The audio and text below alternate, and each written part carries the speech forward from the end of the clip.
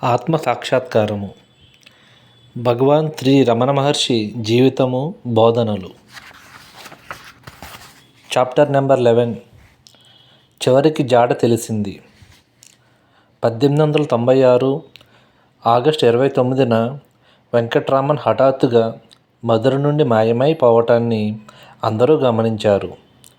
అన్నగారి పుస్తకాలలో అతను పెట్టిన ఉత్తరాన్ని గమనించారు. కుటుంబంలో ఒక విస్ఫోటం సంభవించినట్లయింది. పిల్లవాడు పరారీ అవుతాడని ఎవరూ ఊహించలేకపోయారు. అయినా ఎవరికీ చెప్పకుండా వెళ్ళిపోయాడు. ఎక్కడికి వెళ్ళి ఉంటాడు? అతని కోసం వెతకడం ప్రారంభించారు. మదురైలో ఉన్న అతని తల్లికి, ఇతర బంధువులకి ఈ విషాద వార్తని తెలియజేశారు. ఆమెకు అది ఆశనిపాతమైంది. ఏమాత్రమైనా ఆచూకీ దొరుకుతుందేమని అతని స్నేహితులని, పొరుగువారిని అడిగి చూశారు. కానీ పనికి వచ్చే సమాచారాన్ని ఎవ్వరూ ఇవ్వలేదు. 3 రూపాయలు తీసుకుని వెళ్ళాడు కాబట్టి పిల్లవాడికి వెంటనే ఇబ్బంది కలగకపోవచ్చు. ఆ డబ్బు కాస్త ఖర్చయిపోయిన తర్వాత ఎలాగైనా తిరిగి వస్తాడంటూ తల్లికి భరోసా చెప్పే ఉంటారంతా. రోజులు, వారాలు, మాసాలు గడిచిపోయాయి. కానీ పిల్లవాడు తిరిగి రాలేదు. తల్లికి ఆందోళన ఎక్కువైంది. తన బావమరుదులు సుబ్బయ్యర్ని, నెల్లయ్యప్పర్ని ప్రాధేయపడింది వెళ్ళి ఎక్కడైనా వెతికి పిల్లవాడిని తీసుకురమ్మని. ఆ రోజులలో కేరళ ప్రాంతం చాలా సంపన్నమని, అక్కడికి చేరిన వారెవరూ తిరిగి రారని ప్రతీతి. పిల్లవాడు ఏదో నాటకాల కంపెనీలో చేరి తిరువనంతపురం వెళ్ళాడని ఎవరో చెప్పారు. ఆ మాట పుచ్చుకుని నెల్లియప్పర్ తిరువనంతపురం వెళ్ళి అక్కడ ఉన్న నాటక సమాజాలన్నిటా వాకబు చేశాడు. కానీ పిల్లవాని జాడలేదు. తిరువనంతపురానికి పిల్లవాని ఆచూకీకై రెండోసారి వెళ్తున్న బృందంతో తాను వెళ్తానని తల్లి అలగమ్మాల్ పట్టుబట్టింది. అక్కడ వెంకట్రామన్ వయస్సు ఉన్న ఒడ్డు పొడుగే గల ఒక యువకుని చూసింది. కానీ అతను ముఖము చాటు వేసి వెళ్ళిపోయాడు. అతనే వెంకట్రామన్ అనుకున్నారు. కానీ అతనిని పట్టుకోలేకపోయారు. కృంగిపోయి ఆ బృందం ఇంటికి తిరిగి వచ్చింది. రోజులు గడుస్తున్న కొద్దీ ఆ కుటుంబానికి నిరాశ ఎక్కువైంది. ఇక పిల్లవాడు దక్కుతాడన్న ఆశని వదులుకున్నారు. 1 మే 1898న సుబ్బయ్యర్ మధురలో మరణించాడు. అంత్యక్రియలకై నెల్లప్పయ్యారు, ఇతర కుటుంబ సభ్యులు ఆ ఊరు వెళ్ళారు.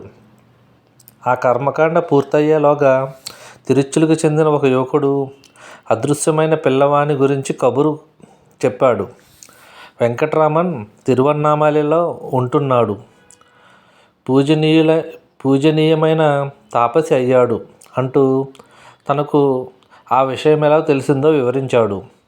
ఏదో పని మీద మధురలోని ఒక మఠానికి అతను వెళ్ళినప్పుడు అక్కడ అన్నామలై, తంబిరాన్, తిరువన్నామలైలో నివసిస్తున్న ఒక యోగి గురించి ఎంతో భక్తిభావంతో చెప్పటం విన్నాడు. ఆ యోగి తిరుచులికి చెందినవాడని కూడా తంబిరాన్ చెప్పాడు. ఈ మాటలు విని అతను ఇంకా కొన్ని వివరాలు తంబిరాన్ వద్ద నుంచి సేకరించాడు. ఆ యోగి వెంకట్రామన్ అయి ఉంటాడని భావించి వార్తను తెచ్చాడట ఆ యువకుడు. కర్మకాండ ముగియగానే నెల్లప్పయ్యార్ ఒక స్నేహితుని కూడా తీసుకుని తిరువన్నామలైకి ప్రయాణమయ్యాడు. వాళ్ళు తిరువన్నామలై చేరిన తరువాత చిన్నస్వామి మామిడి తోపులో బస చేస్తున్నాడని విన్నారు. తోటలో ప్రవేశించబోయారు. కానీ ఆ తోట యజమాని, ఆయన ఒక మౌని, వెళ్ళి ఆయన్ని ఇబ్బంది పెట్టొద్దు అంటూ వారింపబోయాడు. తాము బంధువులమని ఒక్కసారి ఆయన్ని చూసి వెళ్ళిపోతామని చెప్పారు. కానీ లాభం లేకపోయింది. చివరికి ఒక కాగితం మీద మనామదురైలో ప్లేడరు నెల్లప్పయ్యార్ మీ దర్శనాన్ని కోరుతున్నాడు అని వ్రాసి ఆ తోట యజమానికి ఇచ్చాడు. దీనిని స్వామికి చూపించండి, ఆయన అనుమతిస్తే మమ్మల్ని లోపలికి తీసుకుని వెళ్ళండి అన్నాడు. స్వామి దగ్గరకు ఆ చీటిని తీసుకుని వెళ్ళారు. ఆ చీటిని స్వామి చూశారు.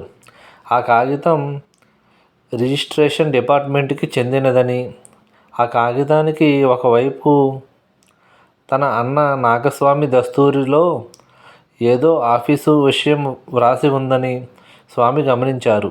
అంటే నాగస్వామి ఆ డిపార్ట్మెంట్లో గుమస్తాగా చేరాడని గ్రహించారు. కాగితానికి రెండో వైపు తన పినతండ్రి దస్తూరి కనబడింది. సరే, ఆయనని చూడటానికి సమ్మతించారు. నెల్లప్పయ్యారుని లోపలికి రానిచ్చారు.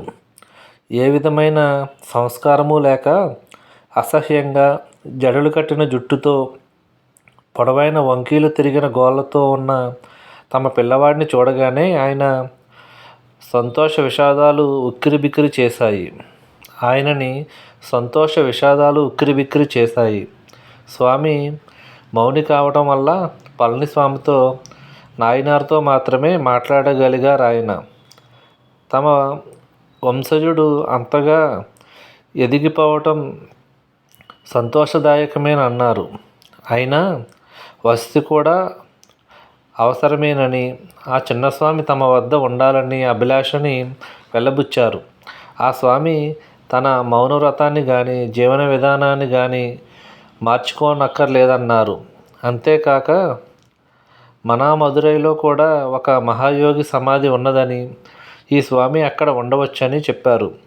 ఆయన అవసరాలన్నీ తీరుస్తామని, వారి ఆధ్యాత్మిక జీవనానికి ఏ విధమైన భంగపాటు రానియమని భరోసా ఇచ్చారు.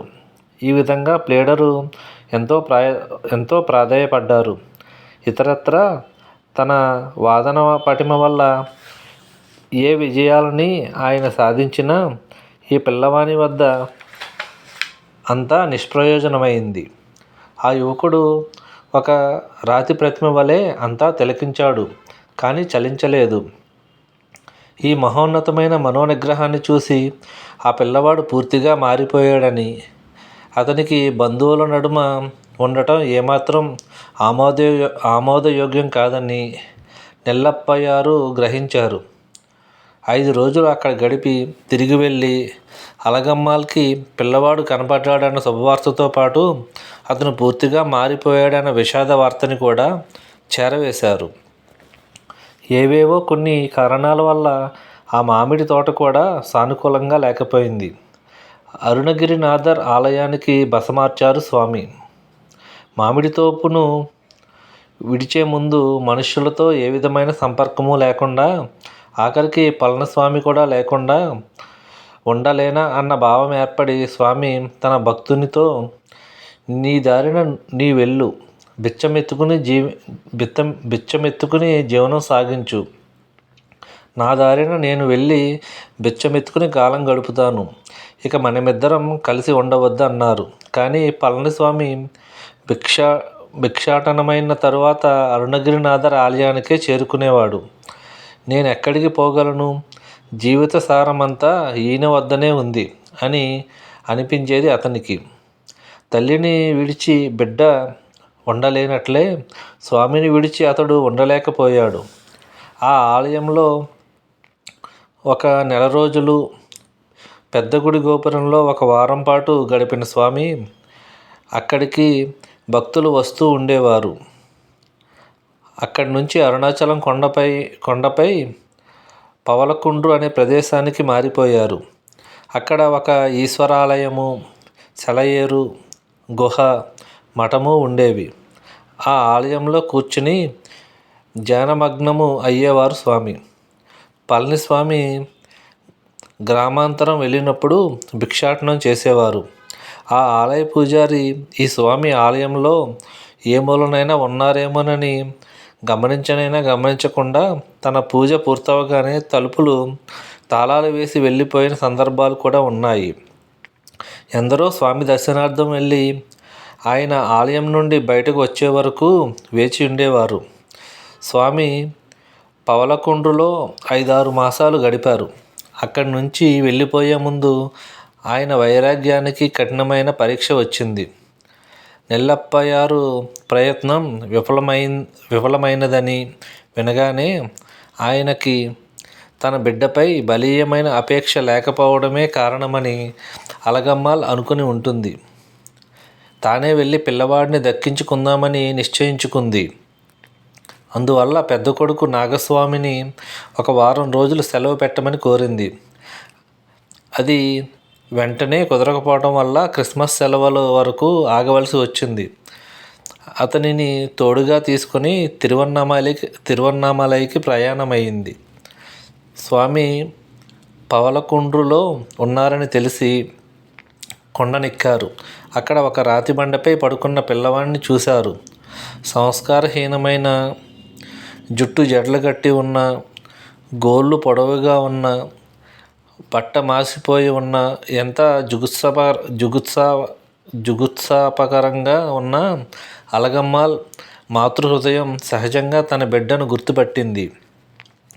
అతని దుస్థితికి విలపించింది. ఇంటికి తిరిగి రమ్మని ప్రాధేయపడింది. కానీ పిల్లవాడు చలించలేదు. ఎవరు ఆధ్యాత్మిక జగత్తులోకి పయనం ప్రారంభించినా బంధుమిత్రుల విన్నపాలు ఆదిలోనే అవరోధాలుగా రావటం తప్పదు. కుటుంబానికి ఎవరినైనా గట్టిగా బంధించేది తల్లిపైనే గల ప్రేమే. కానీ ప్రస్థానానికి ఆ బంధాన్ని కూడా తెంచుకోవాలి.